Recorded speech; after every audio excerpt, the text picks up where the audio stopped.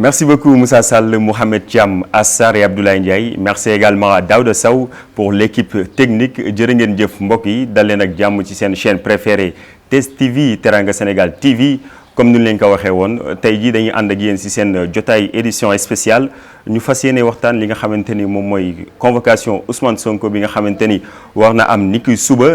ci fàttali Ousmane Sonko le 5 février 2021 lañ ko jiiñoon li nga xamante ni mooy viol boobu ak léegi nag 8 mars bi ñu génn jàkkaarloo woon na ak le juge feu Samba Sall ñu koy ñaanal yàlla xaare ko aljana boobu ba léegi convoqué watuñ ko suba nag lañ ko convoqué mu war a wuy ji ci kanamu yoon. tey jii conférence des leaders nga xamante ni ay kàngam ñoo fa nekk ku ci mel ni Khalifa Sall ak ñeneen kàngam yu fa nekk amal nañu ab ndaje waxtaan nañu ci lu jëm ci li nga xamante ne moom mooy convocation wu Ousmane Sonko loolu nag moom moo tax ñu dalal tey jii ñaari ndaanaan sama ndeyjoor mu nekk Madaw Sylla nekk analyste waaye itam nekk juriste ci sama càmmoñ nag maa ngi dalal Louis Mango nekk analyste politique waaye nekk itam professeur de français Louis Mango ñu ngi lay nuyu. Adama ñu ngi lay nuyu di nuyu sama naataango monsieur Sylla Madabo pour dire que c'est un réel plaisir de partager avec lui ce plateau di nuyu mbokku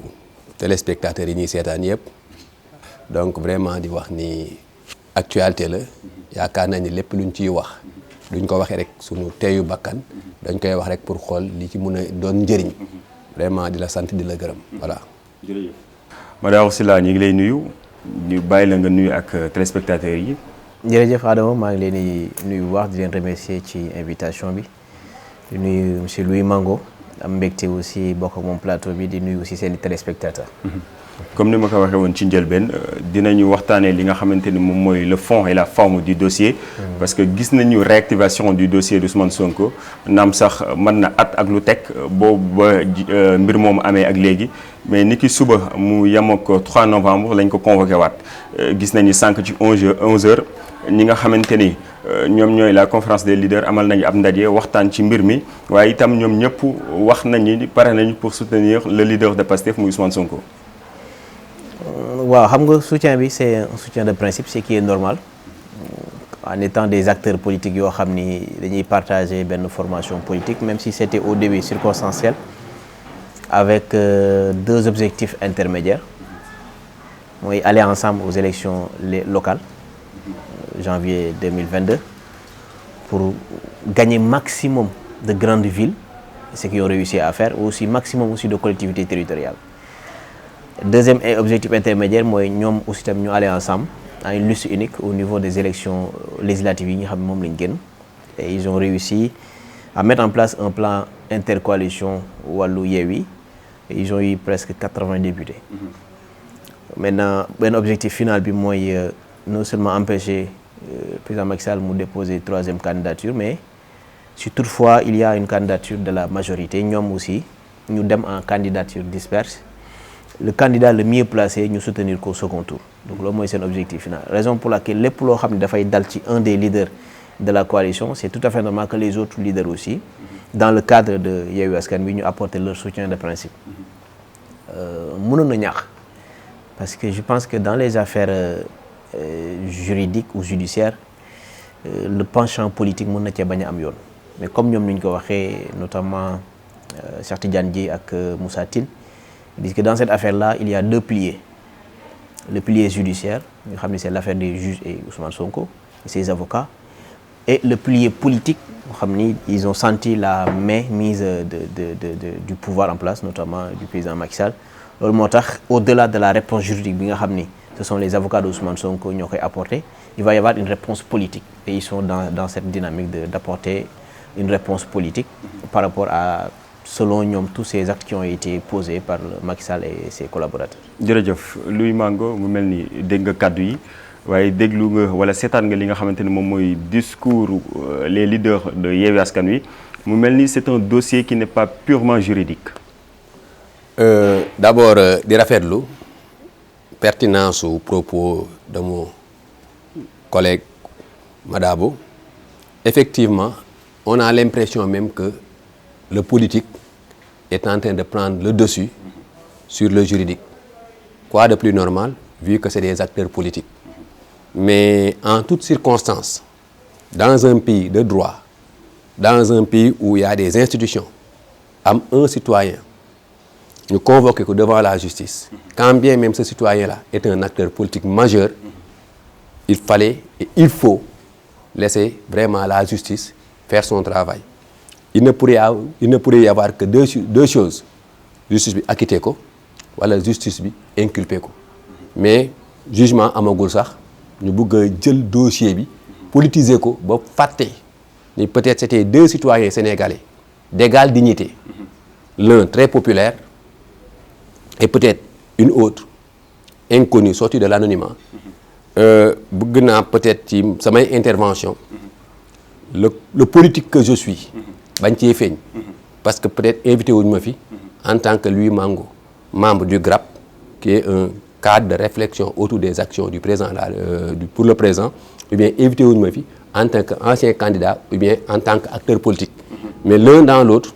ñun politiciens yi dañoo tàmm di doxee noonu lu xew rek ñu politiser ko. Donc que la conférence des leaders de Yewwi Askan Wi def bloc autour d'un des leurs, c'est tout à fait normal. Donc vous pensez que le dossier a été politisé? Oui. Du côté d'Ousmane Sonko, bien d'Adji Sarr. Je ne dirais même pas, Adji Sarr n'est pas politique.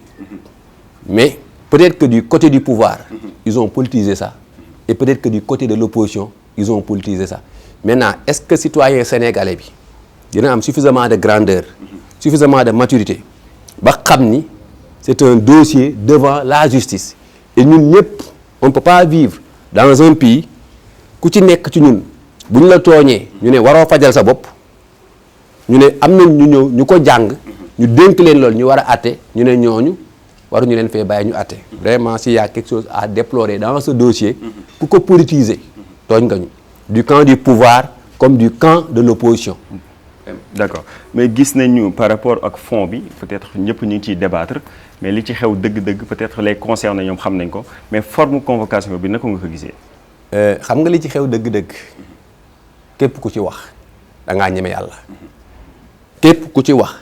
da ngaa ñeme yàlla bu weesoo Ousmane Sonko bu weesoo Adji Sarr ñoom ñaar rekk a xam la xewoon seen diggante li ci des yëpp spéculation la dafa am ku jiiñ am ku ñu jiiñ ñu war leen àtte maintenant nag ñi far bëgg ñu lu dul faagaagal Ousmane Sonko dinañ fexe ba dossier boobu ñu chargé ko noircir ko ba présenter ko comme ki gën a yées ci Sénégalais yi ñi farak nguur gi ñi farak Ousmane Sonko dinañ fexe ba loolu noonu dinañ ne complot la dinañ ne ay tuuma la dinañ ne rien dans tout ça n'est fondé comme il le dit souvent c'est un dossier vide mais dossier vide ou dossier chargé nañ ko yóbbu fañ ko waral layoo ñu layoo ko fa. jërëjëf Madaor est-ce que l'heure est grave avec la convocation d'Ousmane Sonko parce que gis nañu tout récemment 14 morts yi nga xamante ne moo ci am ñaanuñu ko yàlla ñu ngi ñaan yàlla li fi amoon bañ fi amaat mais est-ce que mën nañu ne xaaruñu ko sax mais est-ce que mën nañu am présomption ci loolu. Bon l'heure est grave c'est trop dire quand même parce que comme ni mu ko waxee dans un état de droit lii ça fait partie de ce qu'on appelle la routine judiciaire ça pose même pas un problème. Bu fekkee la justice a besoin d'un justiciable pour l'entendre sur des questions de fond d'un dossier qui le concerne. Ça ne devait même pas poser de problème dans un état sérieux et dans un pays normal. Mais puisque le Sénégal a tout sauf un pays normal, moo tax lorsqu'il y a un dossier judiciaire qui concerne un acteur politique, le penchant politique day dem ba jël ko sur le fond même judiciaire. Mais dire que l'heure est grave, c'est trop dire. Maintenant, ñi koy wax peut-être, ils se rappellent un peu des événements de mars 2021. Qui étaient quand même des événements douloureux. Oui, de ce qu'il faut c'est-à-dire regretter parce que tout simplement ça a emporté avec la perte en vies humaines, ce qui pose problème. Et jusqu'à présent, amagul lumière qui a été faite sur ces situations-là. Mais li ñu mën a wax rek mooy que ni peut-être c'est ça aussi qui a un peu suscité. Alerter aussi les autorités yi nga xam ñoo am l'obligation de protéger non seulement l'ordre public mais aussi de manière générale protéger les personnes de leurs biens et de leur sécurité. Donc ils sont en état d'alerte, qu'ils ont pris toutes les dispositions au préalable pour la prévention de toute violation de l'ordre public. Parce qu'on a constaté que de ce qu'ils avaient dit là ci événement mars yi que non seulement ça les a surpris et que li fi amoon du fi amaat. Et de leur analyse, ça a été des situations d'anarchie où l'ordre et la loi n'étaient pas respectés. Donc, si dans ce cas, ils ont pris les dispositions pour parer à d'éventuelles situations, c'est quelque chose qui est tout à fait normal. Mais aller jusqu'à dire que l'heure est grave, je pense que c'est un peu trop dire. D'accord. Mais ne pensez-vous pas que l'application de la loi qui criminalise le viol n'est pas aléatoire? Non, pas aléatoire parce que bon, on est sur les conditions. Parce que durant tout ce temps, Ousmane Sonko, on dit que le viol est criminalisé, mais jusqu'à présent, il est en liberté. Oui, mais il y a un principe qui prévaut en matière judiciaire. C'est que la personne n'est considérée coupable que lorsqu'il a été condamné définitivement par une juridiction. Donc la culpabilité d'une personne, d'une que décréter, d'une que prononcer comme ça et que tout le monde dit qu'il est coupable. Ça ne veut pas dire que tu es accusé de viol, que automatiquement tu es coupable. Ça ne veut pas dire aussi que tu es accusé de viol, que tu es un acteur politique, que tu n'es pas du tout coupable. La culpabilité d'une personne, c'est lors d'un procès qui est déterminé. Et avec des preuves aussi. Et la convocation va dans ce sens-là, c'est pour entendre la personne sur des questions de fond qui sont relatives à cette accusation de viol.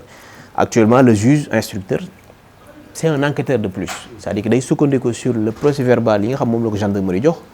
a des enquêtes approfondies pour poser des actes d'instruction pour la manifestation de la vérité. Donc maintenant, la vérité peut se manifester du côté de Ousmane Sonko, tout comme du côté d'Adji Sarr. Vous faites qu'il a assez d'indices probants qui me permettre de au procès, il va transférer le dossier à une juridiction de jugement. S'il n'a pas assez d'indices probants qui me permettre de à un jugement, il faut le dossier vidéo, il va le classer sans suite. Mais est-ce que par rapport à la forme de convocation, parce que nous avons communiqué avec on avait un langage codé, c'est un jargon là, mais les gens parvenaient à détecter le langage. Oscar Sierra, donc nous là avocat de prononcer où jot nañu xam kan lañu convoqué. Est-ce que dans une institution normale loolu waroon na am? Mais une institution c'est un ensemble de structures qui est relié à un gouvernement et investit une mission de satisfaction de l'intérêt général. Maintenant ñi exécuter cette mission là ay nit lañ te am na lu leen tënk à travers des fonctionnaires le statut général de la fonction publique bu leen observer ce qu'on appelle la neutralité, droit de réserve. Vous faites que nous avons observé cette neutralité, ce droit de réserve, si les gens qui ont dans le public, ça c'est un problème personnel. Ça n'a rien à voir avec le fonctionnement de l'administration. C'est un problème qui est personnel. Ça interroge sur la conscience professionnelle de la personne. L'autre élément, dans la convocation, sur le plan formel, il n'y a rien à dire. Parce que le juge voulait renvoyer à une audition, à une date précise. Tout comme il y a des éléments nouveaux qui nous permettent d'entendre, il faut adresser directement à tes conseils. Ce qui a été fait, de les notifier, la convocation à une date précise. Et d'ailleurs, si cette convocation, à 3 jours de la convocation, les conseils de Ousmane Sonko, ils ont la possibilité de consulter la procédure de la convocation, c'est-à-dire là, le juge du deuil, réellement, et sur la procédure. Et à 24 heures de la convocation, Madame Tay, am nañ possibilité jot le dossier juge bi dañ koy envoyer c'est une obligation jot dossier bi xam lan lañuy waxtané buñ ñëwé. Donc actuellement mën nañu wax ni jot nañ dossier bi ba xam nañ lu leen juge bi di doyé suba. Donc sur la forme il n'y a rien à dire, maintenant ce qui reste c'est de les entendre sur le fond demain. Et nous mi demain c'est une confrontation entre le juge qui est assisté par un greffier et Ousmane Sonko. Le juge pose des questions, Ousmane Sonko répond. Il est assisté par ses conseillers. Et ces conseillers aussi, ces avocats ont la possibilité, sous l'autorisation du juge, de nous poser des questions aussi. C'est-à-dire que les questions, c'est généralement à charge ou à décharge. Donc, même ces avocats peuvent poser des questions à décharge, de permettre au juge de savoir exactement qu'est-ce qui s'est passé. Donc, le juge aussi peut le permettre à ses conseillers de nous poser des questions à décharge pour moi apporter des réponses par rapport à des questions ou des points qui sont juge. Et sur le plan social, la convocation d'Ousmane Sonko, qu'est-ce que tu peux jouer? Moi, une interprétation qu'il y a 2 piliers. Le pilier judiciaire, si on emprunte leur jargon, ils disent que c'est un dossier vide. Il y a le pilier politique, où ils disent que c'est un complot contre Ousmane Sonko, c'est dans le but de nous écarter pour ses ambitions présidentielles. L'un ou dans l'autre, moi je pense que ce qui nous intéresse, c'est d'observer le pilier judiciaire. Qu'est-ce qui s'est réellement passé? C'est dans un jugement qu'on le saura. Maintenant, le pilier politique, je pense que la population sénégalaise n'est pas un objet de manipulation, que ce soit du côté du pouvoir ou du côté de l'opposition. Ce n'est pas un instrument de manipulation à des fins politiques. Lui Mango, comme Nico Madaor Wahé, mais est-ce que jàppuñ ni Ousmane Sonko il est un intouchable ba war na tax bépp heure bu ñu koy convoqué rek daanaka bépp dispositif bi nga xamante ni am nañ ko lépp dañ koy mettre sur place lan moo waral lool. Si Ousmane Sonko devient un intouchable, c'est-à-dire que nous ne sommes plus dans un état de droit. Dans une république normale, il ne doit pas y avoir un citoyen intouchable. Le professionnel du droit a parlé et il a vraiment éclairé notre lanterne. Du peu que nous savons du droit, nous savons que nous sommes gouvernés par le droit du berceau au cercueil. C'est-à-dire de la naissance à la tombe. soo juddoo rek ñu laaj la kayitu juddu acte de droit la nga am sa mbokk mu faatu ñu war koo robi laaj la certificat d'inhumation acte de droit la kon kenn mënut a dëkk ci am république naan je ne suis pas gouverné par le droit. Maintenant le droit est une science avec ses professionnels da ngay dégg ñu ne dura lex sed lex, la loi est dure mais c'est la loi. ñu dellu si ne ñu nul n'est censé ignorer la loi ki ko jàng ak ki ko jàngul taxaw ci kanamu yoon ñu war la àtte nga naan no xaw ma ko woon tu es déjà coupable même boo ko jàngul da nga ko war a xam kon moo tax ñëpp dañoo war a jàngi droit. Donc man je ne cautionne pas la notion que Ousmane Sonko soit un intouchable. Maintenant Madabo le professionnel du droit qu'il est moom mun na relativiser ne il ne pense pas que vraiment qu'on soit dans une situation vraiment alarmante, comme tu l'as dit tout à l'heure.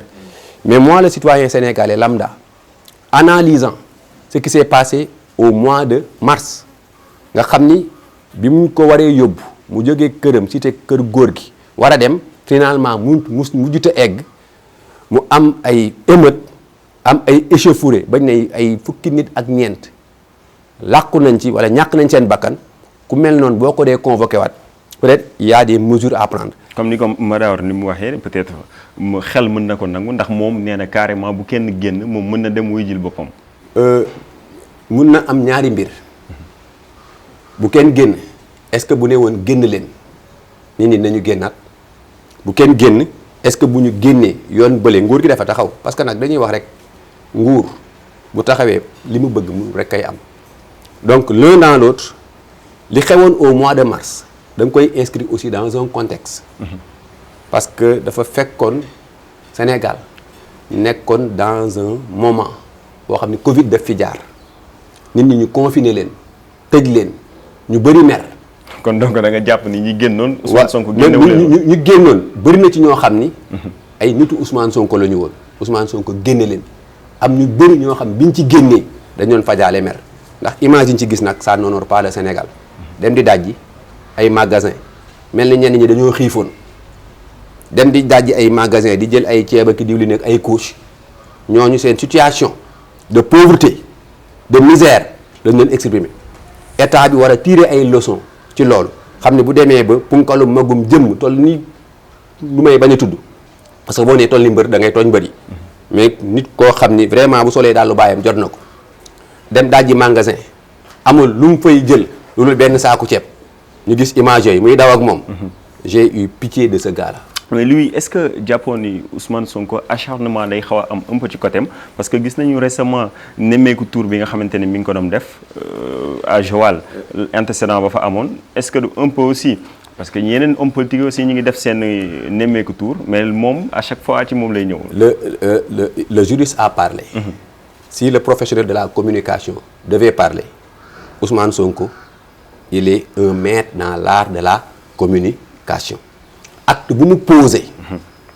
C'est une communication. su waxee communication la su demee communication nemmeeku tour bi sax bi mu koy tàmbali am na ñu ne woon dafa xamoon na ni dañ koy convoqué donc buñ ko convoqué ñu jàpp ni nemmeeku tour bi mais mooy li ma wax aspect politique bi mun na ñoo bañ a arranger trop parce que tey boo fi indi woon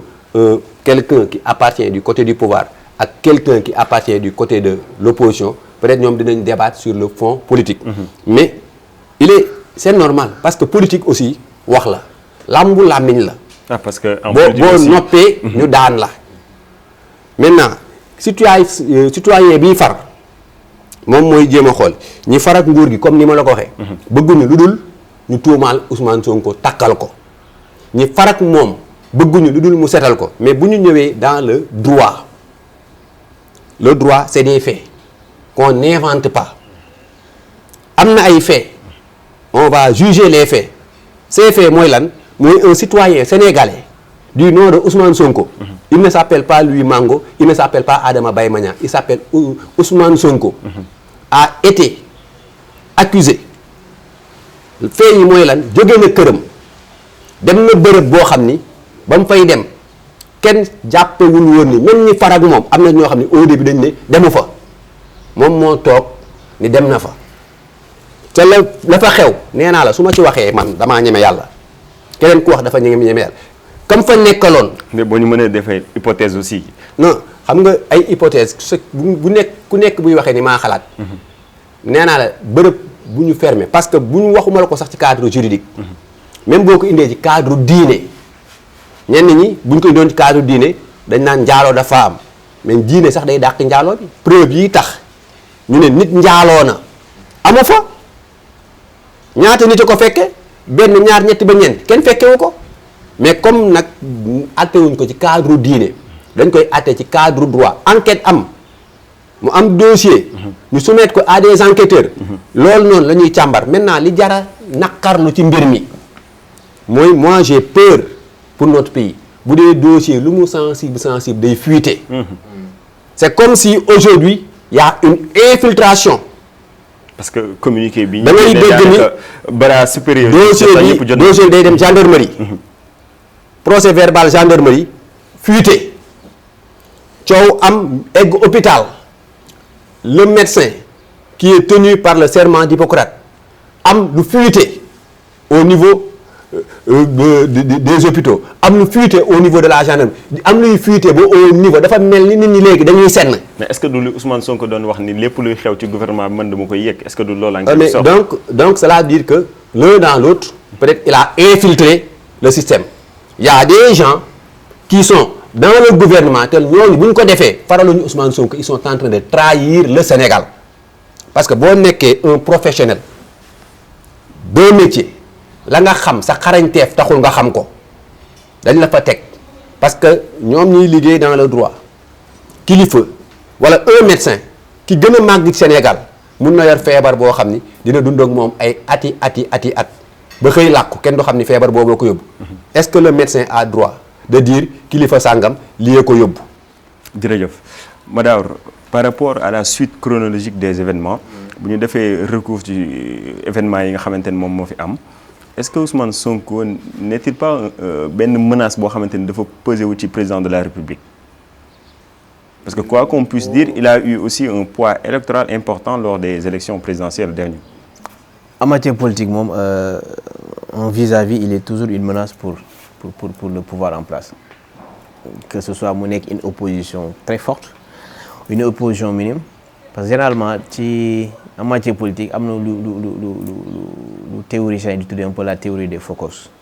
maanaam c'est la théorie des mille feux si tu as tendance à avoir 1000 feux qui entourent le chef day dem ba day déceler sa vulnérabilité il devient faible. Donc bu fekkee da nga am par exemple dans l'opposition plusieurs ténors yoo xam ni bu ñu defee la jonction de leurs forces mën nañ la faiblir c'est ce qui s'est passé lors des élections législatives mais gis nañ ni tant que par exemple am na cette dissension entre Yewwi ak Wallu c'est Benno Bokk Yaakaar qui arrive à être majoritaire mais bis bu ñu defee jonction ils arrivent à un peu renverser la tendance xam nga par exemple ku jugee plus de 120 députés ñëw ba ci presque 83 députés. Avec des jeux d'alliance de nature jëlee kenn ci opposition bi indi ko pour mën a avoir une majorité relative ça montre que benn opposant jarul xeeb donc qu'il soit Ousmane Sonko ba ci opposant bi ci gën a ndaw ils sont tous de l'opposition et que à chaque fois qu'il y a l'opposition qui fait face à la majorité sur le plan démocratique je dis bien c'est une menace. Maintenant le jeu démocratique c'est un jeune gentleman qui est régi par des règles à la fois morales et juridiques yoo xam ni dafay recueillir des armes conventionnelles de la compétition démocratique. Mais est-ce que même compétition élection présidentielle yi ñu jëm est-ce que sax Ousmane Sonko moom dina ci bokk. waaw non mais xam nga loolu tamit kii bokk ak ku dul bokk il y a ñaari paramètres yu ko mën a déterminer le code électoral d'abord bi nga xam ni moom mooy déterminer les conditions d'éligibilité des candidats à travers l'article 29 ki wax kan moo mën a dem ak ku mënta dem surtout ki ñi nga xam ku mënta dem mooy celui qui fait l'objet d'une condamnation définitive moo xam ni c'est la dernière juridiction moom moo la tëj à plus de 6 mois de prison ferme sans sursis loolu bu amee rek mooy mënatoo bokk mais tant que àggoo ci sur ces situations là tu es toujours éligible parce que tu jouis de tes droits civiques et politiques. L'autre élément c'est le code pénal bi nga xam ni par exemple moom moo wunu tout ce qui est les infractions ak peines yi nga xam ni ci la ñuy daan donc ñaar yooyu ñoom ñoo mën a déterminer généralement kii mën a bokk ak kii mënut a bokk généralement moo tax même ñi nga xam ni dañuy indi si j'ouvre une parenthèse ñi indi la question de la candidature du président Macky Sall di ko rattaché par rapport à l'article 27 pour man c'est pas un article pertinent pour dire que est-ce que mën na am troisième candidature ou pas donc parce que l'article 27 mandat lay wax waxul candidature ki nga xam moom mooy régler la question des candidatures c'est le code électoral dans son article 29 alors que le code électoral ne parle pas de la limitation de candidature donc est-ce qu'il a droit à une troisième candidature ku ko bugg a xam il faut interroger le code électoral pas maintenant la constitution l'article 27 est-ce qu'il doit maintenant un troisième mandat bu fekkee dem na ba am par exemple sa candidature mu dem élection une fois qu'il est élu est-ce que dina mën a def troisième candidature là il faut interroger l'article 27 du code de la constitution c'était une parenthèse pour dire que ni parfois généralement les termes de débat ils sont pas très bien posés que loolu moo tax le raisonnement gars yi dañuy perdre le fil alors pour le cas de Ousmane Sonko est-ce qu'il constitue un danger ou non pour le pouvoir en place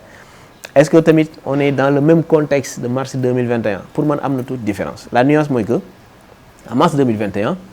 il y a beaucoup de spéculations qui disaient que une fois que Ousmane Sonko le juge d'instruction convoqué ko le doyen des juges bu demee da koy placer sous mandat de dépôt c'était ça les gens qui disaient. mais gis nañu ba mu ko convoqué aussi lañ ko doon toppee wax ko ci lenn. leneen la ko doon wax. en fait qu'est-ce qui s'est passé entre-temps. c'est qu'il y a des manifestations mu am ay émeutes il y a 14 personnes qui sont décédées donc pour décrispation du climat social il fallait le placer sous contrôle judiciaire donc parce que jàpp nañ ba le schéma de mandat de dépôt dafay beaucoup plus enflammer la situation que d'apporter une solution alors que le contrôle judiciaire day mettre à la disposition du prévenu de la personne qui est concernée de mettre à la disposition de la justice sans pour autant nga tëj ko donc en mars 2021 on savait pas que parce que la pratique c'était quoi c'était un placement de mandat de dépôt systématique en cas de viol loolu moo nekkoon c'était la routine judiciaire la pratique des juridictions c'était ça quelqu'un boo xam ne ngi accusé de viol qu'il y ait indice probant ou non à chaque fois on voyait que lorsque la personne venait automatiquement dañ koy placer sous mandat de dépôt crainte boobu la ñu doon ànd Ousmane Sonko ak ñi ko doon accompagner loolu la ñu wax spéculation aussi des médias par rapport à ce traitement tendancieux de ce problème là donc nit ñi bëri yaakaaroon nañu bu demee dañ koy placer sous mandat de dépôt loolu moo nekkoon en fait la particularité du contexte mais actuellement on sait que bu demee il y a aucune raison de le placer sous mandat de dépôt donc peut-être amuñu benn njort que ni bu demee dañ koy tëj donc engouement bi ñu suscité en mars 2021 mun na bañ a am ce même engouement là parce que ki nga xam ne il est déjà sous contrôle judiciaire dafay bénéficier ce qu'on appelle une garantie de représentation au niveau des juridictions donc bu ko heure bu juridiction soxlaa mun na ko jot comme le 3 daf ko soxla bu ñëwee dañuy wax ne kon képp koo xam ne soxla nga ko te saa yoo ko soxlaa mu ñëw amul benn crainte pour nga mettre ko sous mandat de dépôt parce que ñaari mbir. mais est-ce que dina dem. non ñaari mbir en fait loolu c'est une autre question peut-être on peut revenir sur ça mais ñaari mbir mooy tax ñu placer quelqu'un sous mandat de dépôt en dehors des crimes de sang yi nga xam ni généralement c'est automatique bi ci njëkk mooy lorsque la personne amul garantie de représentativité garantie de représentation judiciaire maanaam nit ki wóoruñu wuñ est-ce que buñ ko soxlaa dinañ ko gis wala duñ ko gis wala dinañ xam fa lañ koy fekk ou pas Ousmane Sonko nekkul situation buñ ko soxlaa xam na fa lañ koy fekk mi ngi biir Sénégal et puis mun sax génn le territoire national parce que dañoo confisquer son passeport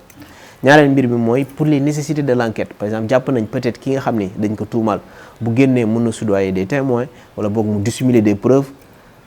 ci dans ces cas de figure là la ñuy placer nit ki sous mandat de dépôt pour les besoins de l'enquête mais on sait que dans les deux cas Ousmane Sonko nekkul dans cette même situation moo tax gëmuñu dinañ am suba levée de main de la mesure de contrôle judiciaire mettre ko sous mandat de dépôt sauf c'est une hypothèse on ne sait pas si c'est avéré ou pas bu fekkee Ousmane Sonko wàccoowul ak la mesure de contrôle judiciaire parce que contrôle judiciaire aussi dafa ay conditions par exemple mën nañu wax ni chaque vendredi da ngay ñëw signer est-ce que mi ngi ko doon def parce que il fut un temps waxoon na dootuma dem wuy ji waxoon na loolu di déclaré woon est-ce que mi ngi doon dem di wàccoog avec les mesures de contrôle judiciaire bu fekkee c'est un juge qui est très regardant de la procédure bis boo violé benn terme de contrôle judiciaire boo ñëwee mën na la placer sous mandat de dépôt te boobaa ci droit am lay nekk donc c'est autant de questions qu'il faut se poser est-ce que dina dem est-ce que bu demee dañ koy placer sous mandat de dépôt est-ce qu'il yàgg na respecter les mesures de contrôle judiciaire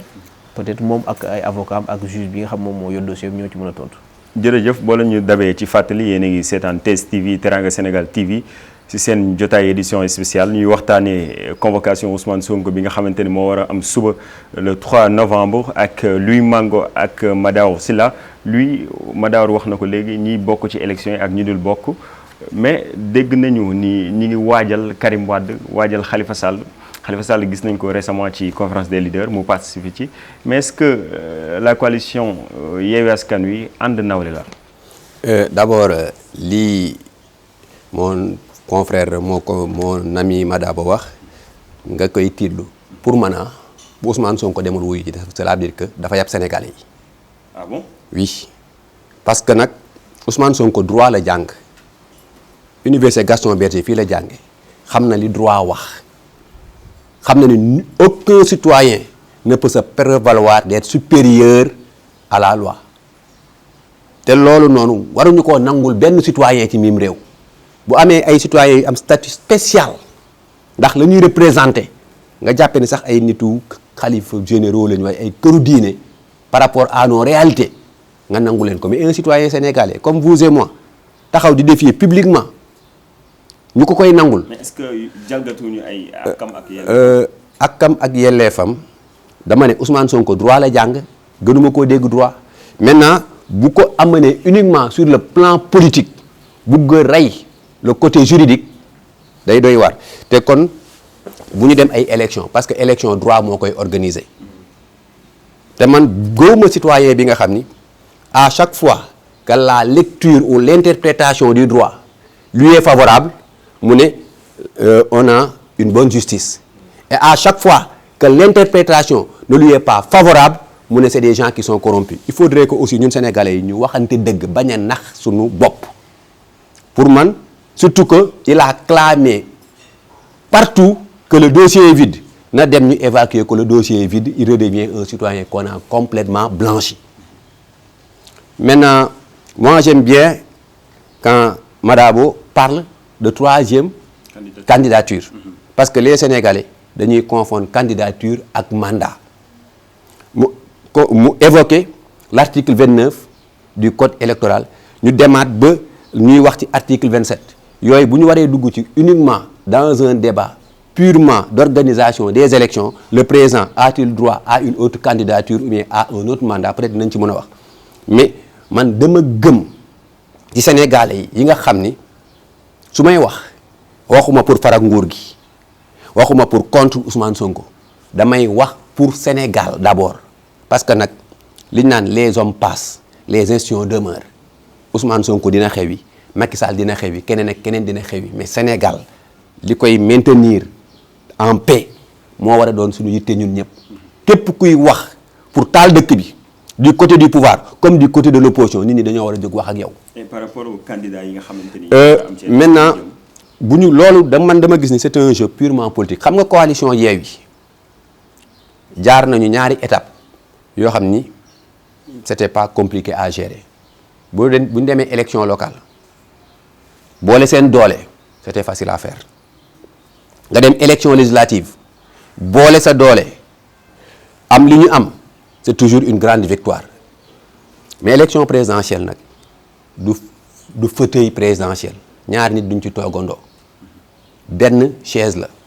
Barthélémy Dias bëgg naa doon président de la République du Sénégal Khalifa Sall bëgg naa doon président de la République. Est-ce qu'il ne soutient pas Khalifa Sall?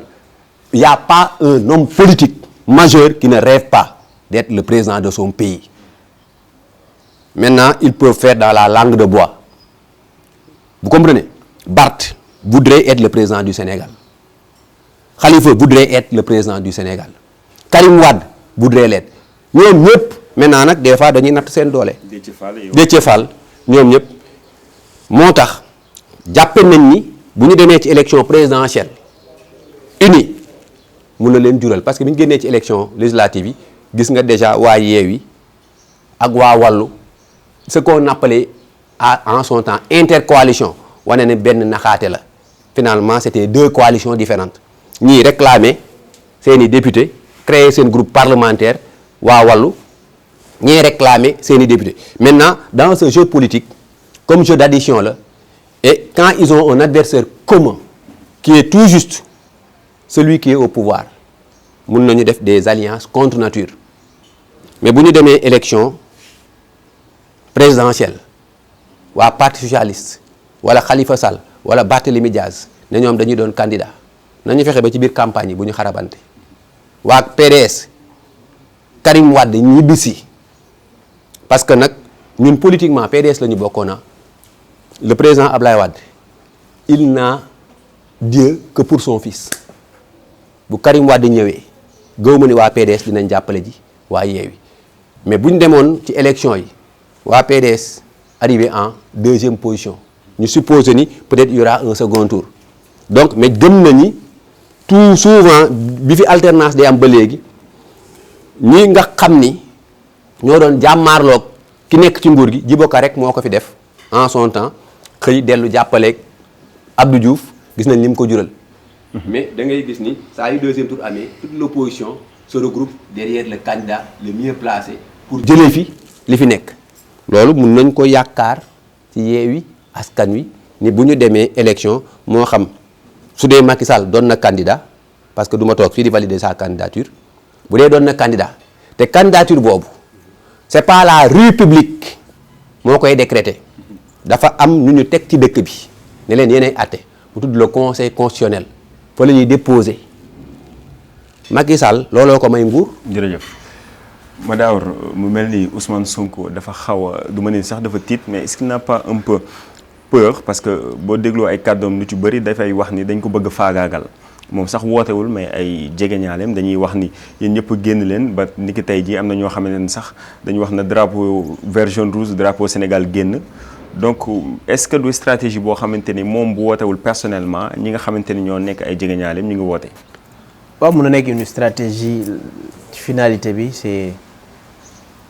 beaucoup plus de la communication politique aussi et un peu de marketing politique xam nga nag quand on fait de la politique bépp acte bu ñu posé wala bépp action bu ñuy mener c'est à des objectifs bien précis Ousmane Sonko du wax rek sànni te Ousmane Sonko aussi quand on peut dire c'est un acteur politique très réfléchi communicationnellement il est très politique c'est-à-dire que sa communication politique c'est une communication qui obéit à des logiques, qui obéit à des objectifs et qui est déclinée suivant des actions bien précises. Bien vrai que parfois ñu ci bëri sax dañ naan parfois il est émotif day xëy rek réagir def benn affaire mais à chaque fois bu ko defee ça réussit. Ça réussit. Parce que y avait quelqu'un qui disait que ni le président Macky Sall daanaka moom mooy créer ay opposants moo leen di gën a may doole moo leen di booster aussi. boo xoolee ba ci nemmeeku tur bi sax am na y a certains qui disent que ni on a l'impression que même bu dul moom directement que le camp de la majorité veut devenir le directeur de campagne de Ousmane Sonko parce que à chaque fois mu poser un acte dafay dépasser cet acte là bàyyi le commentaire du camp de la majorité donc bépp acte bu mu poser mën na bañ a nekk ragal mais c'est à des objectifs communicationnels très précis moo tax mu koy def. man jàpp ma ni c'est un parce que Ousmane Sonko quoi qu'on puisse dire ce qu'il a réussi de 2014 à léegi ku ragal du ko réussir. Il fut un temps il est le seul de par son courage le seul je peux dire acteur politique qui a pu s'opposer de manière très frontale avec le président Macky Sall. Donc c'est pas sur le plan politique du ragal et yenn initiative yi muy jël yenn risques yi muy jël sur le plan politique ku ragal wala kuy calculer du ko jël. donc jàpp na ni moom toog na fu leer wala xam na loo xamante ni. waaw mais maintenant il y a ce qu'on appelle la théorie de la manipulation des masses. Arrivé à un moment même boo ci jubluwul manipulation. tu peux tenir un discours boo xam ni da ngay recevoir de l'adhésion de quoi qu'on puisse dire la plus am na ñu bëri ci askan bi jox nañ ko nopp. am na ñu bëri ñoo xam ni lépp lu Ousmane Sonko wax dëgg la am na ñu bëri ñoo xam ni position bu Ousmane Sonko taxaw moom mooy position dëgg.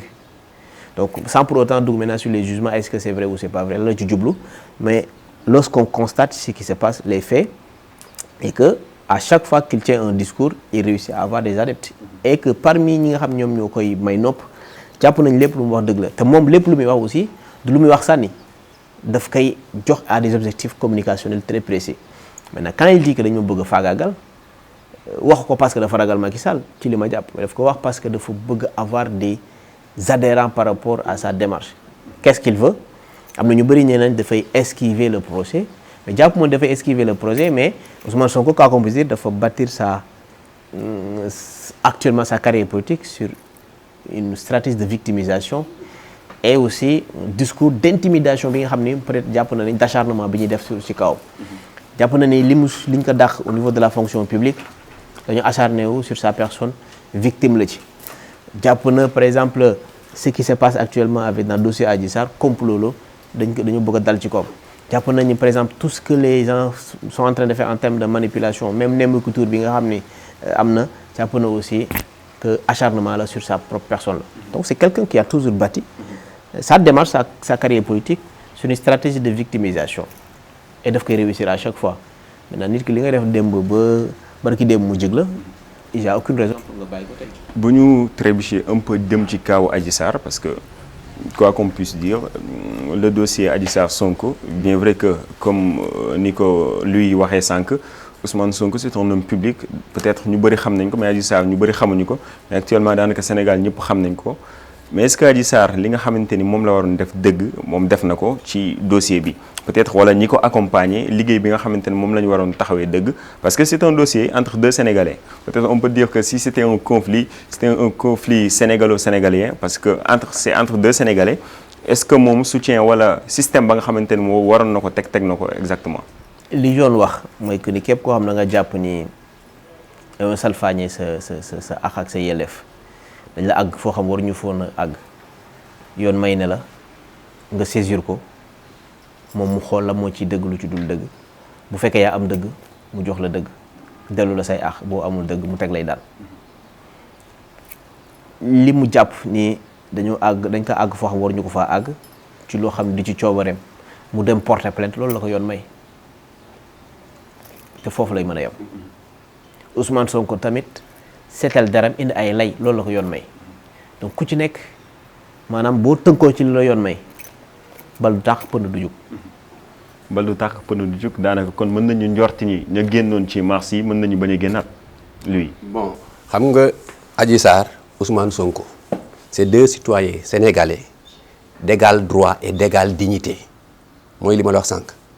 maintenant man dama gëm ni. Ousmane Sonko amaana lire na le livre d'Edouard Bernays Comment manipuler les masses ou bien mu lire le livre de Shang Tzu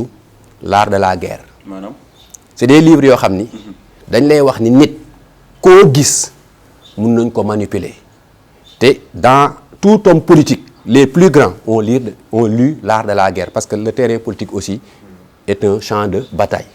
où on peut mourir et ressusciter. yaa que dans le terrain politique mais ñun ñi nga xam ne suñu ndawu politique ci biir PDS lañ ko defee maître Ablaye Wade dafa tënkoon politique ci ñaari mbir man dama gëm ni Ousmane Sonko a mieux compris Wade même que les libéraux Ablaye Wade daf ñu doon wax politique xamul maa fi dàq jàng xamul maa fi ëppi diplôme kon dañuy dem université xool les docteurs les professeurs d'université jël leen politique ñaari mbir la làmbu làmmiñ la boo noppee ñu daan la. Et au Sénégal, deux seuls individus seront élus, le héros ou la victime. Soit tu joues au héros, au guerrier, génne di kaasal dal ci kaw nguur gi ñu ne jàmbaar jaa ngi nii moo ñuy fajal suñu naqar Sénégalais yi ànd ak yow Ousmane Sonko la réussi à merveille wala nga nekk la victime ne nguur gi daf maa bugg a bundu xatal réew mi génn def la suñu doom ñi fi falu yëpp ils ont été soit un héros ou bien une victime. loolu il le réussit à merveille maintenant pensant que sénégalais yi dañoo war a génn reyantewaat jëm naa ni képp kuy citoyen sénégalais normal képp ku farak Ousmane Sonko wala képp ku farak nguur gi war nga ne laisser le droit ñu wax ko parce que bu boobaa kon léegi xam nga sénégalais bu nekk lu muy def da ngay wuti mbooloo buñ la laalee nga ne sa mbooloo génn leen rayante ñu ne buñ ko laal ndax dafa am mbooloo maintenant nag bir na sénégalais yoo xam ni c'est des émotifs ils ne suivent que leur émotion ils ne vont avaler que ce qu'on leur dit, du côté du pouvoir comme du côté de l'opposition. Gis nga la manipulation, des fois dañuy taxer Ousmane Sonko rek d'être un manipulateur, même le pouvoir manipule. ndax xam dossier Adji Sarr mi ñu njëkk a wan c'était de la manipulation ah nga jël Adji Sarr muur ko mu sol jaune noir am boobu def ay casque. kon y a manipulation. non déggoo li ma wax dama ne tooguma fii pour défendre nguur gi tooguma fii pour défendre Ousmane Sonko damay toog pour wax ak Sénégalais yi wax ak Thiès li nga xam ni dëgg la wala jàppe naa ne mooy sama dëgg je ne dis pas que ma vérité est une vérité générale mais Adji Sarr mi ñu wane woon mu muuru ñëpp dañoo yaakaaroon ni Adji Sarr kuy muuru la kanam gi xaw a ras mu tooyali bët di jooytu ak Adji Sarr mi ñuy wan ci réseaux sociaux yi mu jekk lool. non kon muuru ba du dëgg ci moom maanaam jàppe na ni su muuroo jooytu. victimisation la. Adji Sarr da koo def Ousmane Sonko da koo def Ousmane Sonko il s'est victimisé il faut le dire ñëw toog ñu bëri xamuñu woon ni graisse yeew day faj ndigg luy metti mu ne woy damaa feebaroon bi ma ñi ma xam bi ma dee gone ba léegi man sax sama yaay graisse yeew nangam sàngam kooku aussi ne waaw dem naa fa génne Ndeye Khady mi moom Sweet Care Beauty ne ñu am na doom boo xam ne prématuré la ne ñu téye nañu yaayam mu ngi wan ni liir boobu su deewee c'est l'État qui est responsable mais dama ne tem loolu ñi farak Ousmane Sonko sax war nañ ko wax Adji Sarr man ku dem ci moom ne moo lay faj man jàngalekat bi gëm naa ni saaga nga école sénégalaise Adji Sarr jàngul lu muy faje eggul 4e xamul colonne vertébrale nit ñaata vertèbre ñoo ci nekk xamul luy nerf xamul luy muscle diplôme Croix-Rouge amu ko amul benn école de formation jaarul sax nawetaan pour boo daanoo mu jël glace teg ko ndiggal ka war a doon suñu futur président médecin yi nekk fi man bu Ousmane Sonko ne woon damaa dem hôpital principal benn maîtresse sage-femme wala benn sage-femme ne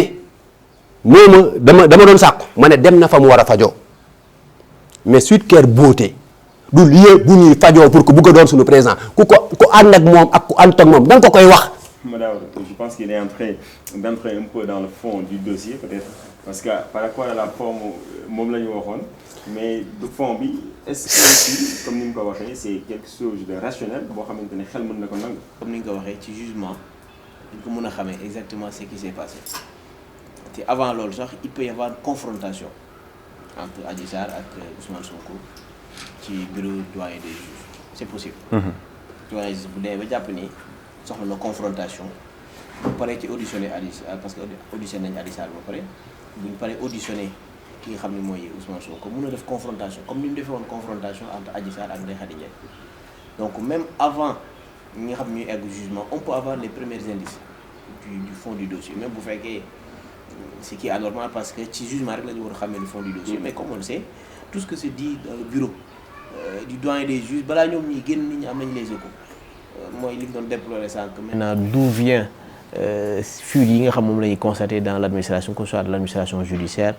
dans l'administration médicale dans l'administration pénale et cetera loolu mooy premier élément bi l'autre élément mooy par rapport ak la mainmise un peu bi ñu mën a sentir du pouvoir dans ce dossier là mais quoi qu'on puisse dire que Ousmane Sonko wax ko mu ñàkk kaa wax on a constaté que le pouvoir s'est trop intéressé sur ce dossier-là. Donc il y a certaines personnes qui sont derrière Adji Sarr. Bon, est-ce que ñoo nekk derrière Adji Sarr est-ce que ñoo comme ni ko Ousmane Sonko di waxee est-ce que comme Ousmane Sonko ni mu koy waxee ñoom ñoo instrumentaliser complot bi est-ce que ñoom ñoo ko togg wala boog est-ce que dañoo saisir de l'occasion pour formater un complot post-action en tout cas ce qui se passe mooy on a constaté qu'il y a trop d'intérêt du pouvoir sur ce dossier-là. Ils ont dañoo manifester trop d'intérêt par rapport à ce dossier-là. Maintenant, qu'est-ce qui s'est réellement passé? Est-ce que complot là ou est-ce que du complot? Est-ce que dafa am action après mu am complot? Luñ ci mënti xew, on a constaté que Ousmane Sonko wax ko mu ñàkk a wax, on a senti que le pouvoir a manifesté trop d'intérêt. Il y a beaucoup de, je peux dire, hautes personnalités du pouvoir qui sont mêlées sur ce dossier-là. te loolu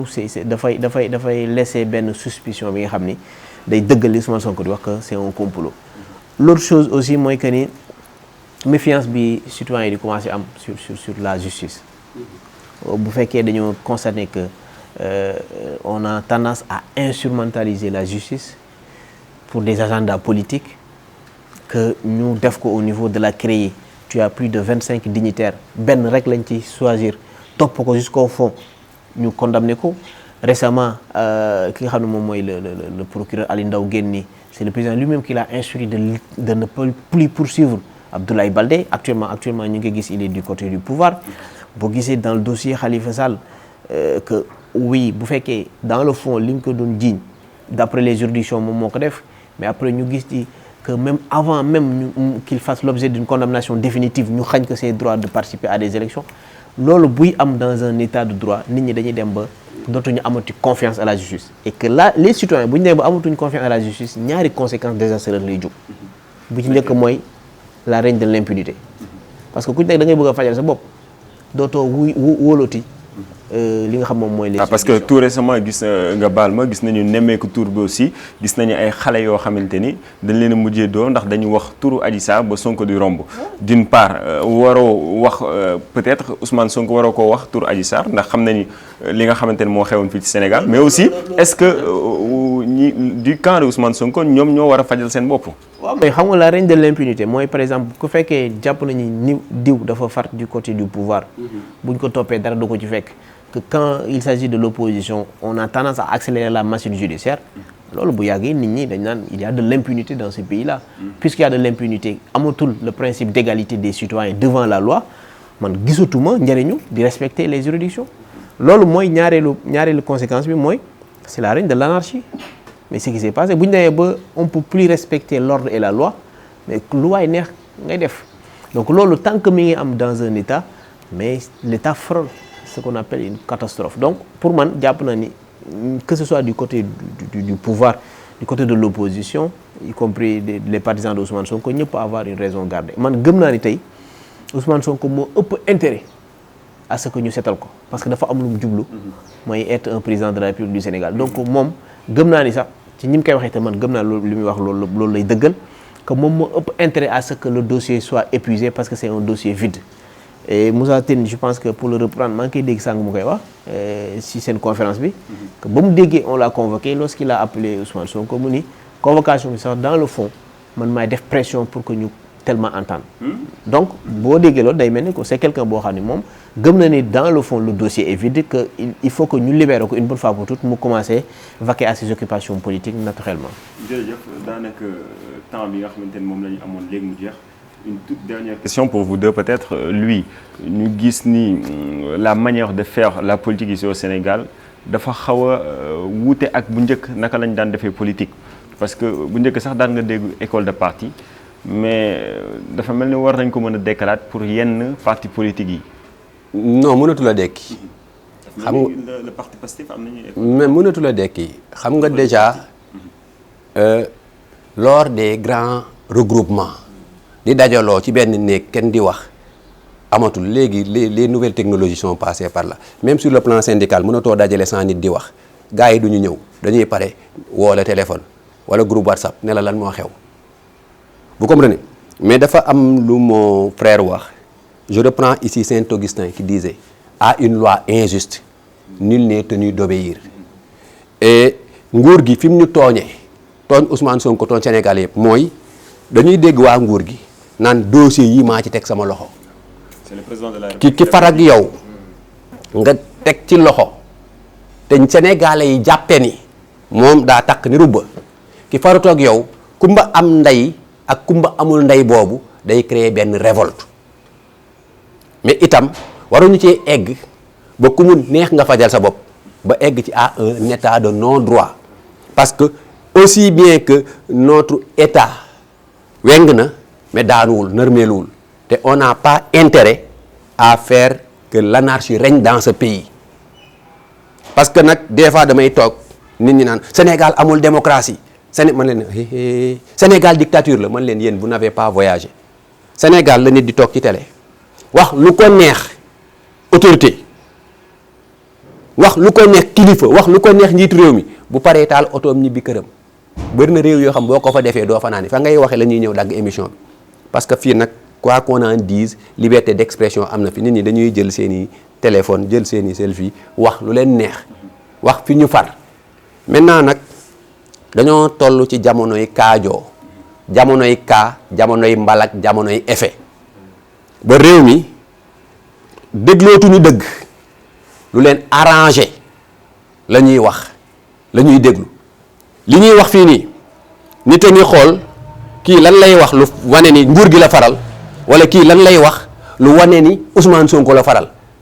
am na nooy waxee rek ñu ne kii dafa contre Sonko wala am na nooy waxee rek ñu ne kii dafa farak ci Macky Sall te farak Ousmane Sonko taxul nga doon ki gën ci réew mi taxul nga doon ki yées ci réew mi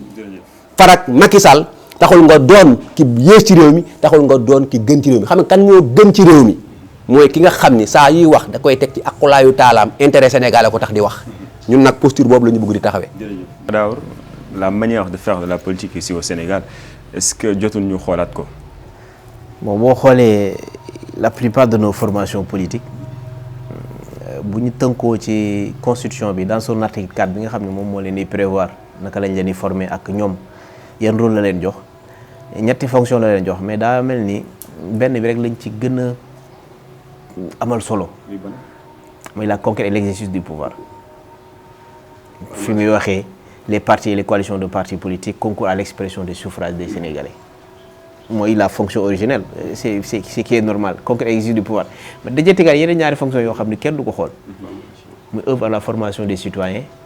et contribuer à leur participation plutôt la promotion de leur participation à la gestion des affaires publiques. Donc ça dit que même les partis politiques sax dañ doon dimbali askan bi dimbali nguur gi dimbali réew mi pour ñu former des citoyens. Il y a une différence entre un citoyen ak un national d'un État. Parce que le citoyen moom mooy le national d'un État qui jouit de ses droits et de ses obligations. te boo xoolee ci ay biir obligation droits yi mooy yi nga xam ni article 7 8 et 9 daf ko listé mais boo xoolee sur ses obligations première obligation mooy li doon waxtaanee sànq mooy respect de la justice respect de la loi parce que dañuy wax ni en droit la loi est l'expression de la volonté générale c'est-à-dire que loi mu ñun ñoo ko tëgg directement ou indirectement loi bu ñu tëgg directement mooy bi nga xam ne dañ kaa voté par référendum loi bi nga xam ne ñun ñoo ko tëgg indirectement mooy bi nga xam ne nos représentants ñoom ñoo ko voté alors que dañuy wax ni la conséquence voudrait que qu'on respecte les lois qu'on s'est prescrites. On peut tout accepter sauf l'inconséquence mënoo tëggal loi bu pare te doo ci tënku donc première obligation mooy respect de la loi respect de la justice deuxième obligation mooy payer de l'impôt c'est-à-dire que nguur gi daf ñu yoreel ay charges publiques daf ñu yoreel ay intérêt général ay activités publiques yoo xam ne moom lañ ko sas lu ci mel ni école mais ñiy jàngale ils sont pas des bénévoles ay fonctionnaires lañ leen war a fay di école yi ñuy jàngale faaw ñu tabax ko di te maçon yu koy tabax wala entrepreneur yu koy tabax duñ ay bénévoles dañ leen di fay di installation yi ñu fay def aussi tamit ñi koy jaay duñ ñu ko may donc nous on a besoin des services publics services publics yooyu il faut que chacun puisse contribuer à selon sa faculté contributive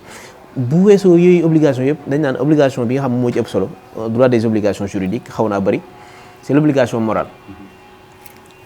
le respect mutuel les règles de bienséance l'entraide et la solidarité donc loolu boo demee ba tënku ci ngay nekk un citoyen actif donc parti politique yi loolu lañ leen sant au-delà conquête l'exercice du pouvoir c'est pour contribuer à la formation d'une conscience collective c'est-à-dire de former des citoyens mais malheureusement mooy li nga xam ne moom lañ gën a tële et moom la ñuy gis ni tant que les partis politiques ñu ngi koy tële tant que les leaders ñu ngi koy tële tant que les militants ñu ngi koy tële on peut pas avoir benn espace politique intéressant et très viable espace politique boo xam espace politique de guerre la maanaam ku dàkk saaga ku gën a nekk guerrier le plus invectif moom la ñu gën a gis au détriment du député wala boog de l'acteur politique le plus pertinent. La promotion de la médiocrité en quelque sorte.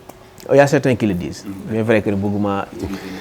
D'accord jërëjëf ñu ngi lay jaajëfal ma daaw ñu bàyyi la nga tàggatoo ak mbokku téléspectateurs TS TV yi. am mbégte jàkkaarloog luy Mango xam quelqu'un boo xam ne on le suit de très près mais vrai que du ñu partager plateau yu bari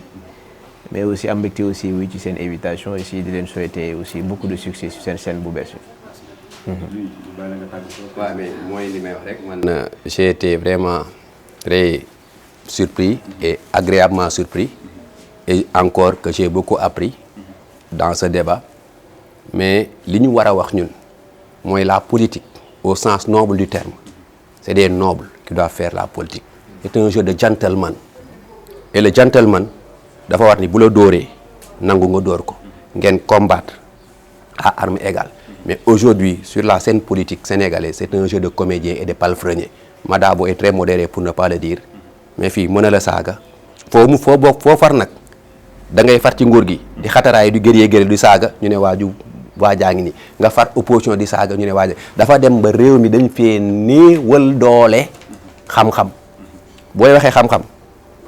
gars yi jàppee ni da ngaa far donc vraiment di la sant di la gërëm man ni vraiment li ngeen def nii noonu la heureusement ba invité woo fii 2 politiciens wala Louis Mango si mina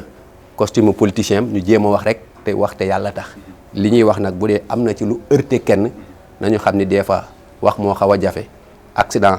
bi gën a bon sax mooy accident lamiñ ñu jéggalu ci